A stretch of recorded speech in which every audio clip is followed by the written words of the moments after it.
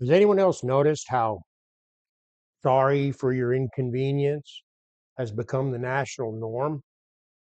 It's like the whole country's on hold listening to elevator music.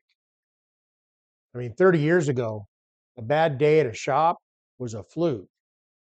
Now it appears to be the business model. We appreciate your patience, sir. Yeah, I'd appreciate someone competent. And I know the world has changed. I mean, now we have apps for our apps. AI is writing emails to other AIs that write emails back. And somewhere in the infinite loop of crap, the person on the other end still forgets your order and shrugs their shoulders like it's supposed to be okay. I mean, everybody's got an excuse. We're short staffed. It's a supply chain. We have a new system. And my personal favorite, it's been crazy. I mean, when isn't it crazy? If chaos is permanent, it's not an excuse, it's your job. And I know we've all seen it. You know, the cable guy who arrives between 8 a.m. and never, or the airline that cancels your flight on the tarmac and then emails you a $25 voucher like they just paid for your therapy. I mean, we've got a culture that worships apologies instead of fixing the problem. You know, our team is working on it diligently. No, you're not. You're sending me a form letter so polished it squeaks. Meanwhile, the thing I paid for is still broken, and your chatbot is telling me to reboot my router like it's some kind of spiritual ritual. Have you tried turning off your expectations and on again? I mean, where did the pride go? I mean, pride, like my name is on it, so it works.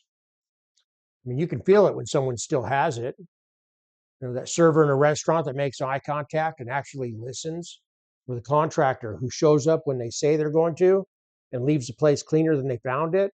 They stand out now, and they shouldn't stand out. That should be the standard. Now we normalize distractions as if it's our destiny. Our whole life's a pop up, notifications breeding like rabbits.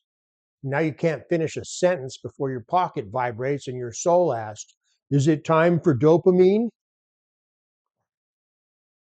I mean, we have meetings about meetings, pings about pings, and a boss who congratulates the team on your failing effort, like we're playing corporate Candy Crush.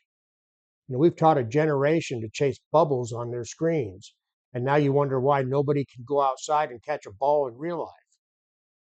And you can't find any person willing to say, here's the actual results. And we've replaced receipts with vibes. We've replaced outcomes with narratives. We've replaced skills with a personal brand. Meanwhile, AI shows up like a new intern that never sleeps. It writes emails, it does math, and it should actually make your life easier, right? Except half of us are using it as a crutch to limp faster. Look, I used a tool. Cool. What did you build with it? Tools don't make you competent. If your standard is sloppy, AI just makes sloppy faster.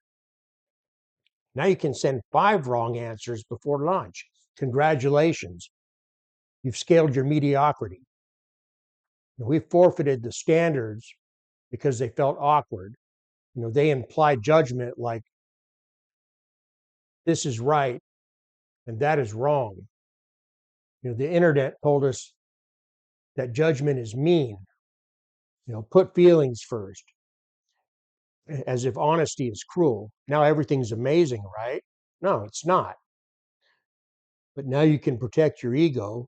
Don't worry about your excuses. That's not empathy. Real empathy is caring enough to tell the person where the line is and then showing them how to get there. You want to see pride? Look at an old mechanic's toolbox. You have 60-year-old tools, worn but clean, and still all in their place. That's pride. Responsibility married to repetition. So what happened to pride? We discounted it. We let an algorithm pick our heroes and our habits. And then we act surprised when the culture we purchased shows up at our door with a damaged package. The thing is, you can't post your way there. You have to be willing to say, no, that's not done. No, this isn't good enough.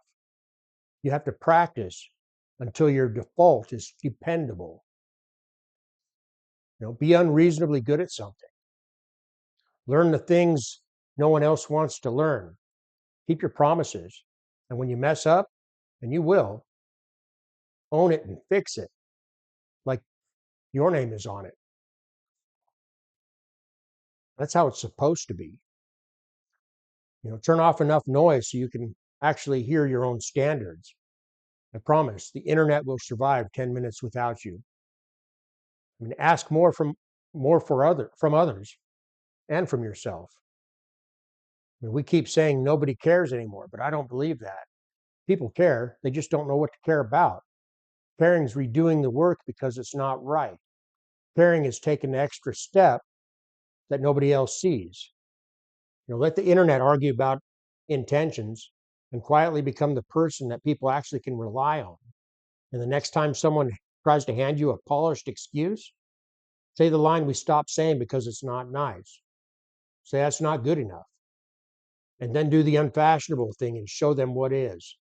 Because the results are the only things that actually matter. I'm just saying. My name is Quentin. If you like this video, don't forget to like and subscribe. Until next time.